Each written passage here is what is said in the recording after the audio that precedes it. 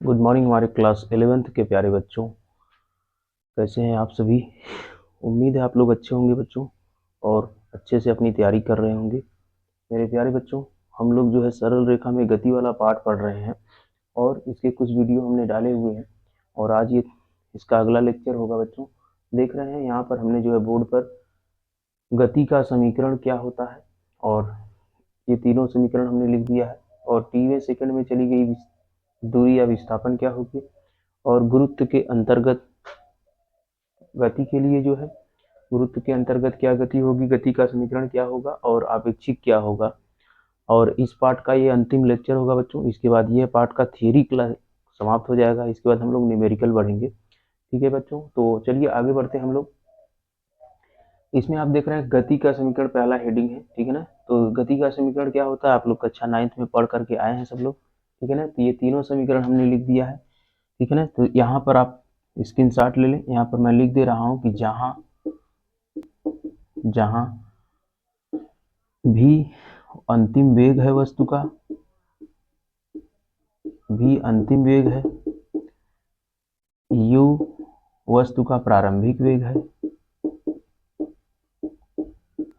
प्रारंभिक वेग, ठीक है बच्चों। इसके बाद t समय है और t समय में तय किया गया विस्थापन यस है, t समय में तय किया गया विस्थापन है बच्चों। और u हो गया, v हो गया, a हो गया, t हो गया। अच्छा a नहीं हुआ, a बराबर त्वरण है। a बराबर क्या होता है बच्चों? त्वरण।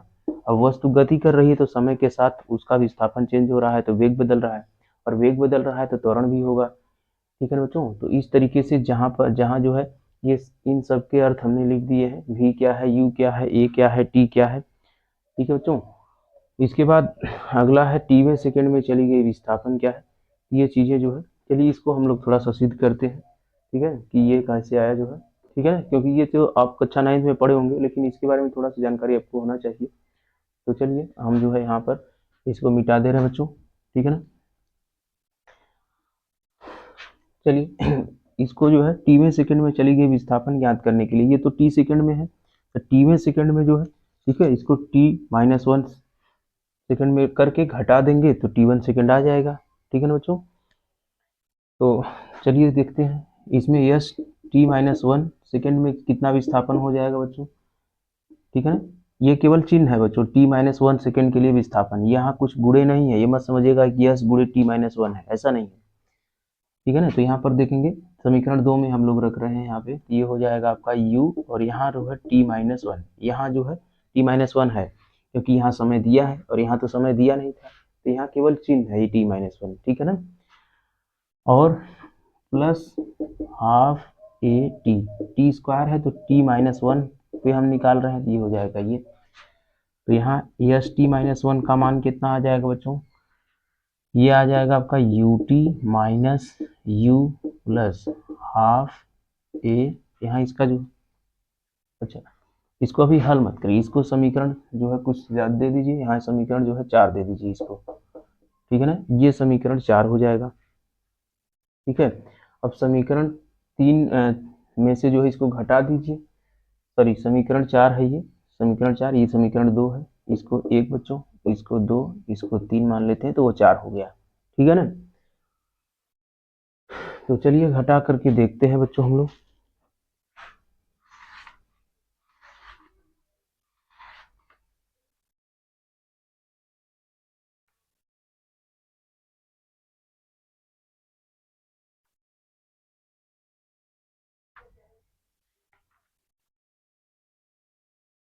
तो घटा दीजिए बच्चों, घटा करके देख लीजिए। समीकरण 2 ये है, समीकरण 2 में से घटाना है तो घटा दीजिए। समीकरण समीकरण 2 में से 4 को घटाने पर, ठीक है। समीकरण 2 में से समीकरण 4 को घटाइए तो घटा देंगे तो यहाँ क्या आ जाएगा, यह टी समय पर है बच्चों तो यस टी हो जाएगा, ये यस टी माइनस 1। ये संकेत है बच्चों, देखो t-1 एक संकेत, जैसे यहाँ t संकेत है वैसे यहाँ संकेत है, ठीक है ना, चिन्ह है। तो घटाइए तो इसका मान दिया है बच्चों ut plus half A T square और माइनस समीकरण 4 से इसका मान रख देंगे यहाँ, तो क्या हो जाएगा यू टी माइनस 1 ये हो जाएगा, और ये हो जाएगा plus half A T minus 1 का होल स्क्वायर। ठीक है ना बच्चों, तो ये हो गया। ये कितना आ रहा है, ये हो जाएगा U T plus half A T square, और यहाँ अंदर गुणा कर देंगे माइनस, तो जो माइनस रहेगा बच्चों वो प्लस हो जाएगा। तो अभी मत गुणा करिए, पहले जो है इसको हल कर लिए, थोड़ा और सिंप्लीफाई कर ले रहे हैं। ये हो जाएगा यू टी माइनस यू, और यहाँ क्या बचेगा प्लस हाफ ए, और टी माइनस 1 का होल स्क्वायर बच्चों, तो ये हो जाएगा टी स्क्वायर। ठीक है ना, अंदर हाफ ए का गुणा करते चलिए, प्लस हाफ ए, ठीक है 1 का स्क्वायर 1 ही रहेगा, और यहाँ क्या हो जाएगा माइनस हाफ ए गुणे 2t, यही होगा। ठीक है ना, 2ab होता है तो 2a और b है, और अंदर हाफ ए का गुणा हो जाएगा बच्चों। ठीक है ना, तो इसको थोड़ा सा और सिंप्लीफाई कर लीजिए, तो ये कितना आ जाएगा देख लेते हैं, U T plus half A T square minus, ठीक है, तो ये आपके पास क्या आ जाएगा, देखिए जो कट रहा है उसको काट दीजिए, ये हो जाएगा आपका, ये 2 से 2 कट जाएगा बच्चों, कट जाएगा तो काट दीजिए, क्या बचा यू टी, और ये इसको थोड़ा इधर ला दीजिए, 1/2 ए टी स्क्वायर। ठीक है, यहाँ u बचा है और यहाँ आपका ए टी बचा है। ठीक है ना, तो क्या हो जाएगा बच्चों माइनस यू, ये वाला बचा है ना u, यहाँ रख दे रहे हैं, और यहाँ क्या हो जाएगा प्लस हाफ ए, और यहाँ क्या बचेगा माइनस ए टी, यही बचेगा।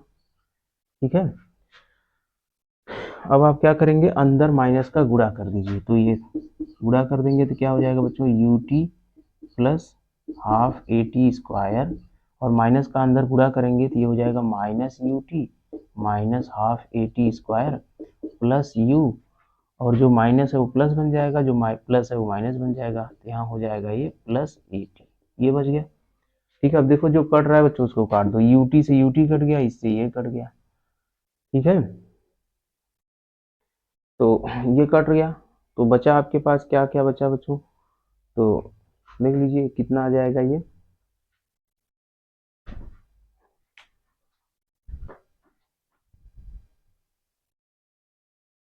ठीक है बच्चों, तो इसको जो है थोड़ा सा और सिंप्लीफाई कर दीजिए, तो हमारे पास क्या बचा है, देखिए u बचा है, ए टी बचा है, हाफ ए बचा है, इसको यहाँ लिख दें u प्लस यहाँ लिख दें ए टी माइनस हाफ ए।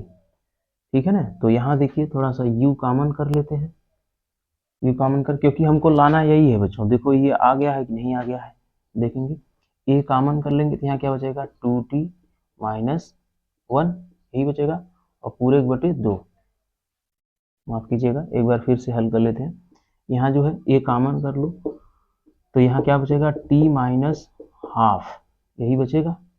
देखें, तो इसको थोड़ा सा और सिंप्लीफाई कर देंगे, अगर हम इसको ऊपर लिख दे रहे हैं बच्चों, यहाँ पर आपकी सुविधा के लिए, क्योंकि नीचे हो सकता है ना दिखाई दे, ये इसको ऊपर लिख दे रहे हैं, ये क्या आ जाएगा टी में सेकंड में चली गई दूरी या विस्थापन क्या हो जाएगा बच्चों, ये आ जाएगा u प्लस ए, और यहाँ जो है 2 का अंदर गुणा कर दीजिए तो क्या हो जाएगा 2t माइनस 1 और बटे 2, इसको ऐसे भी लिख सकते हैं u प्लस हाफ ए 2t माइनस 1, ऐसे भी लिखा जा सकता है।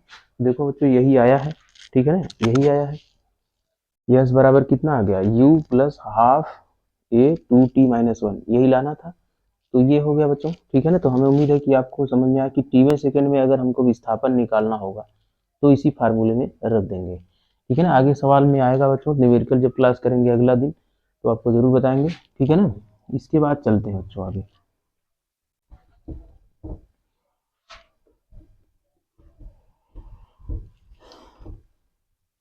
अब अगली हेडिंग जो हमारी थी बच्चों वो क्या थी, गुरुत्व के अधीन जो है गति। गुरुत्व के अधीन का मतलब क्या था, गुरुत्व के अधीन, अधीन ऊर्ध्वाधर, ऊर्ध्वाधर गति, यही था ऊर्ध्वाधर गति। इसका क्या मतलब है, इसका मतलब ये बच्चों देखिए, जैसे ये पृथ्वी तल अगर मान लेते हैं कुछ पल के लिए, इसको पृथ्वी तल मान लीजिए, ये क्या है, पृथ्वी तल। और इससे जो है कुछ दूरी पर जो है, यहाँ कुछ ऊंचाई पर, इसका मान लीजिए पूरा ऊंचाई जो है यहाँ से यहाँ तक पूरा ऊंचाई कैपिटल एच मान लेते हैं, ठीक है ना, कैपिटल एच मान लें। और ये कोई वस्तु है, ये हम द्रव्यमान की कोई वस्तु है, ठीक है ना, या ऐसे मान लें यहाँ जो है कोई वस्तु है, इस वस्तु को जो है नीचे छोड़ रहे हैं, यानी वस्तु को ऊपर से कुछ ऊंचाई से पृथ्वी तल पर गिराया जाता है, ठीक है ना। जब ऊंचाई पर गिराया जाएगा, मान लो यह वस्तु यहाँ है, यहाँ से बिंदु ए से बिंदु बी है और ये सी है लास्ट में, ठीक बच्चों, ए से बी तक अगर गई तो जब ए पर रही होगी वस्तु तो विरामावस्था में रही होगी, तो ए पर यू बराबर 0 होता है, ये बराबर विरामावस्था का मतलब क्या होगा, उसका प्रारंभिक वेग 0, ठीक है ना।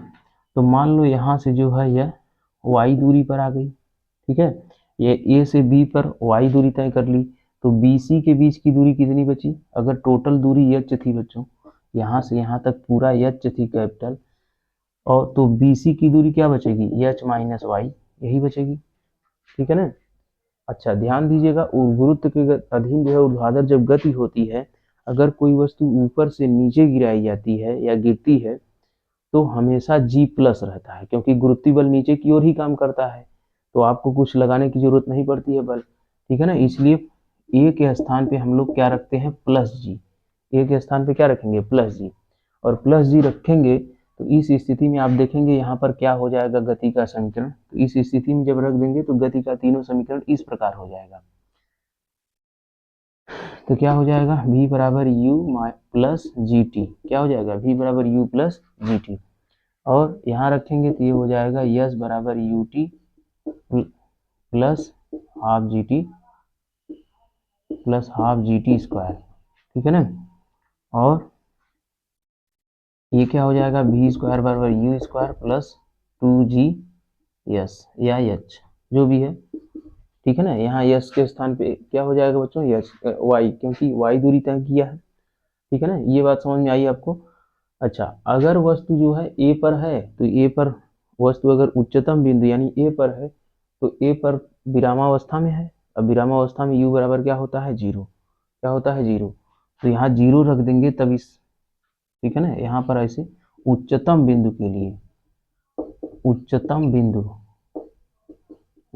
बिंदु के लिए वस्तु का विरामावस्था में है तो यू बराबर 0 हो जाएगा, यू बराबर 0, और 0 रख देंगे तो इस स्थिति में इस तीनों समीकरण क्या आ जाएंगे, v बराबर जी टी हो जाएगा, और यस बराबर क्या हो जाएगा, यस यहाँ पर y दूरी है तो यहाँ पर y लिख देना बच्चों, यहाँ क्या लिखोगे y, तो y बराबर यहाँ क्या हो जाएगा, y बराबर क्या हो जाएगा, हाफ जी टी स्क्वायर, ये हो जाएगा, ठीक है। और यहाँ तीसरा समीकरण क्या हो जाएगा, v स्क्वायर बराबर 0 प्लस 2g y, ठीक है ना, तो ये समीकरण हो जाएगा, ये 0 हो जाएगा बच्चों, तो ये क्या आ जाएगा 2g। तो जब उच्चतम बिंदु ए पर हो वस्तु तो उसके लिए जो है हम लोग विरामावस्था में है तो ये जो है ये फार्मूला यूज करेंगे, ठीक है ना बच्चों, ये आपको समझ में आई होगी, ठीक है। अच्छा वस्तु अगर बिंदु सी पर आ जाएगा, वस्तु अगर बिंदु सी पर आ जाएगा तो यहाँ आप देखेंगे अंतिम वेग 0 हो जाएगा, ठीक है ना। तो चलिए हम इसको मिटा दे रहे हैं, या फिर इधर देख लीजिए बच्चों, इधर देख लीजिए, जब वस्तु बिंदु सी पर है, ये तो हमने ए बिंदु के लिए लिखा है, उच्चतम बिंदु यानी ए के लिए, ये ए के लिए है, ठीक है। और जब बी पर आ जाएगा, मान लो यहाँ आ गया, तो यहाँ बिंदु बी पर अगर है, बिंदु बी पर बी के लिए अब यहाँ प्रारंभिक वेग तो 0 होगा नहीं क्योंकि यहाँ से चल दिया है, तो प्रारंभिक वेग यू का यू ही रखिए, ठीक है ना, तो वहाँ यही सब समीकरण काम करेंगे, ठीक है ना, वहाँ ये सब बिंदु बी के लिए, ये क्या है बिंदु बी के लिए है, समझ में आ रही बात कि नहीं, ये बिंदु बी के लिए हो गया, ठीक है। और बिंदु सी की अगर हम लोग बात करें, ठीक है, बिंदु सी के लिए, अच्छा थोड़ा सा और ध्यान देंगे बच्चों, यहाँ पर बिंदु बी पर जब पहुंच जाएंगे, ठीक है ना, तो इसके बीच की जो दूरी है क्या रह जाएगी, एच माइनस वाई रह जाएगी, क्या रह जाएगी, एच माइनस वाई, तो यहाँ पर जो है जहाँ y है वहां पर हम लोग क्या लिख देंगे, एच माइनस वाई, तो थोड़ा सा सुधार कर लेंगे बच्चों, जहाँ y है वहां क्या लिख देंगे, एच माइनस वाई, क्योंकि इतनी दूरी रह जाएगी, ठीक है ना। और यहाँ भी h माइनस वाई रख दीजिएगा, h माइनस वाई ये दूरी है, ठीक है, इतना रख करके आप लोग सवाल लगा सकते हैं। अच्छा, इसके बाद अगर हम लोग बात करें बच्चों, इसके बाद देखिए, अगर बिंदु सी हो जाए, बिंदु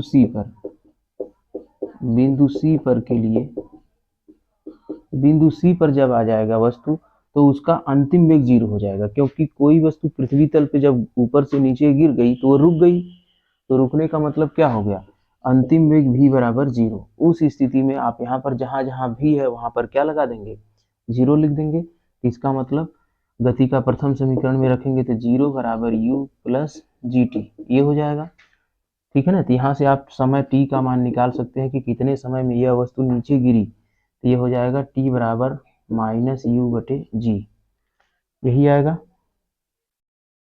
यही आएगा बच्चों। इसके बाद इसमें रख देंगे जब, ठीक है ना, इसमें रख देंगे, दूसरे समीकरण में तो कहीं भी v नहीं है, इसलिए दूसरा समीकरण वही रहेगा।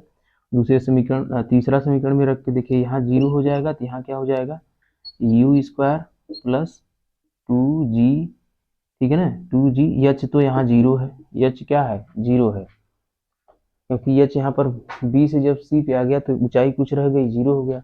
इसका मतलब अंतिम वेग भी 0, प्रारंभिक भी 0, सब 0। बिंदु सी पर के लिए केवल आप टी का मान निकाल सकते हैं, ठीक है। अब टी का मान इस समीकरण में अगर रखेंगे तो रख दीजिए, टी का मान इस समीकरण में रखेंगे तो क्या हो जाएगा, यस बराबर क्या हो जाएगा, यू टी, और टी के स्थान पे रख देंगे माइनस यू बटे जी, ठीक है। और यहाँ क्या हो जाएगा, हाफ जी, और यहाँ क्या हो जाएगा, यू बटे जी का होल स्क्वायर, रख के देख लीजिए जो आएगा, ठीक है ना। तो ये सब सवाल लगाने में बच्चों काम देंगे। हम लोग आगे बढ़ते हैं, ठीक है। अभी तो ये हुआ जो है ऊपर से नीचे की ओर कोई वस्तु गिर रही है, तब जब वस्तु नीचे से ऊपर की ओर उछाली जाती है, फेंकी जाती है, तो उस स्थिति में क्या होगा।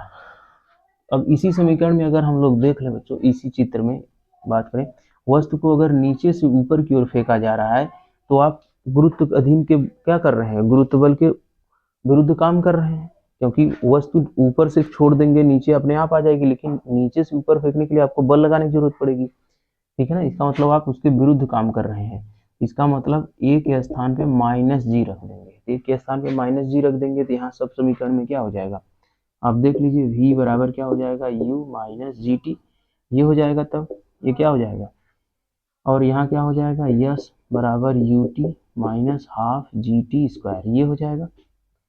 और यहाँ क्या हो जाएगा, वी स्क्वायर बराबर you square minus 2g, yes यही हो जाएगा बच्चों। तब इस स्थिति में यह समीकरण काम करता है, ठीक है ना। तो हमें उम्मीद है कि आपका गति का समीकरण तीनों और इसके बाद गुरुत्व के अधीन गति का समीकरण क्या होगा, ये सारी चीजें क्लियर हो गई होंगी, ठीक है ना।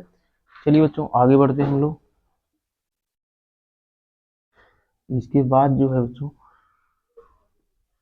वो सापेक्षिक वेग है, ठीक है ना, सापेक्षिक वेग या सापेक्षिक विस्थापन। तो ये है आपेक्षिक वेग, आपेक्षिक वेग, ठीक है ना, रिलेटिविलिटी। तो रिलेटिव या सापेक्षिक कहें या बच्चों आपेक्षिक कहें, तो इसका मतलब इसमें दो वस्तुओं का या दो व्यक्तियों का होना जरूरी है, तभी उनका वेग की तुलना होगी, ठीक है ना।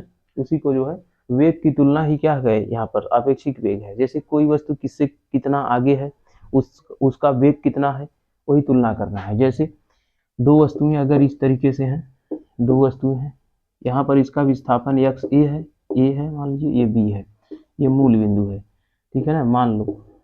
और यहाँ पर एक्स बी विस्थापन है, तो कुछ क्षण क्षण बाद जो है, यानी मान लीजिए ये टी बराबर 0 पर है, तो टी बराबर टी पर मान लो कुछ समय बाद, तो कुछ समय बाद यह यहाँ पर आ जाएगा, और कुछ समय बाद यह यहाँ पर आ जाएगा। तो इसकी यहाँ से यहाँ तक की जो विस्थापन हुई, ठीक है ना, तो मान लो यह यक्स यम है, ठीक है, यक्स यम बिंदु मान लेते हैं, इसको यन मान लेते हैं। यह क्या आ गया आपका बिंदु बी वाला, ये आ गया यक्स यन पे, ठीक है।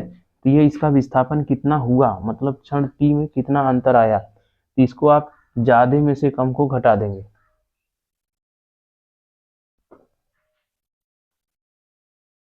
ठीक है बच्चों। तो ये आप देख रहे हैं कि यक्स टी समय पर है और यहाँ पर यक्स 0 समय पर है, ठीक है। यहाँ पर यक्स 0 समय पर है, यानी यक्स ए पर है। ठीक है, अब यह कहाँ पहुंच गया, यहाँ पहुंच गया। तो इसका विस्थापन कितना हुआ, सापेक्षिक वेग कितना होगा, या सापेक्षिक विस्थापन कितना होगा। ठीक है, तो ज्यादा में से कम को घटा देंगे। तो यक्स बी जितना टी समय में जितना दूरी गया है और यक्स ए जितना दूरी टी समय में गया है, तो उसको घटा दें। इसको सापेक्षिक विस्थापन कहेंगे। क्या कहेंगे, विस्थापन। और समय के सापेक्ष अगर यही विस्थापन हो रहा है तो उसको क्या बोलते हैं, वेग बोलते हैं। क्या बोलते हैं, वेग। अगर यही समय के सापेक्ष वेग हो रहा है विस्थापन, तो उसको क्या कहेंगे, वेग। तो कहने का मतलब अगर कभी भी आपको पूछा जाए कि वी बी ए अगर लिखा मिला हो या कहा जाए, तो इसका मतलब होता है ए के सापेक्ष बी का बी का वेग। ठीक है ना। और अगर ये का लिखा गया वी ए बी लिखा गया है, या इसका मतलब क्या होता है, तो इसका मतलब होता है बी के सापेक्ष ए का वेग, ये होगा। ठीक है ना बच्चों। तो आप देख लीजिए कि ए के सापेक्ष बी का वेग, बी का अगर पूछेगा तो आप देखेंगे कि ए इधर बाद में रहेगा पीछे और बी पहले रहेगा, और बी के सापेक्ष ए का पूछेगा तो ए पहले रहेगा, बी बाद में रहेगा। तो इससे आप पहचान लेंगे। ठीक है ना। तो अगर जैसे VBA की बात करें हम लोग, तो VBA का मतलब हो जाएगा VB माइनस VA। ठीक है ना, इसका मतलब ये होगा। और यही बात अगर VAB की बात करें, इसका मतलब VA माइनस VB।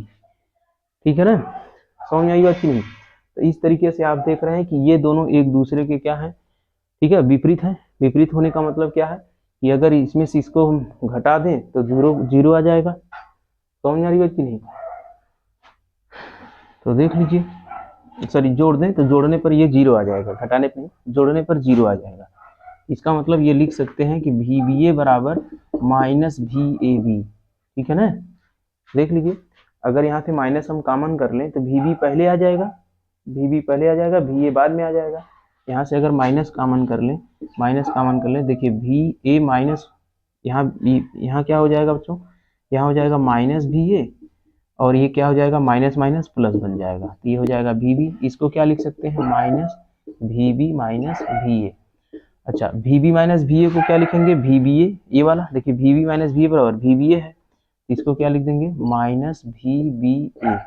तो आ गया कि नहीं आ गया, VBA आ गया। तो और हम इसका निकाल कितना रहे हैं, VAB का। तो इसका मतलब VAB बराबर माइनस VBA या VBA बराबर माइनस VAB। क्लियर हुआ कि नहीं। तो ये उम्मीद है आपको समझ में आया होगा बच्चों। ठीक है, तो आज का लेक्चर यहीं पर समाप्त होता है बच्चों, और अगले दिन हम लोग न्यूमेरिकल क्लास देखेंगे इस पार्ट का। ठीक है ना।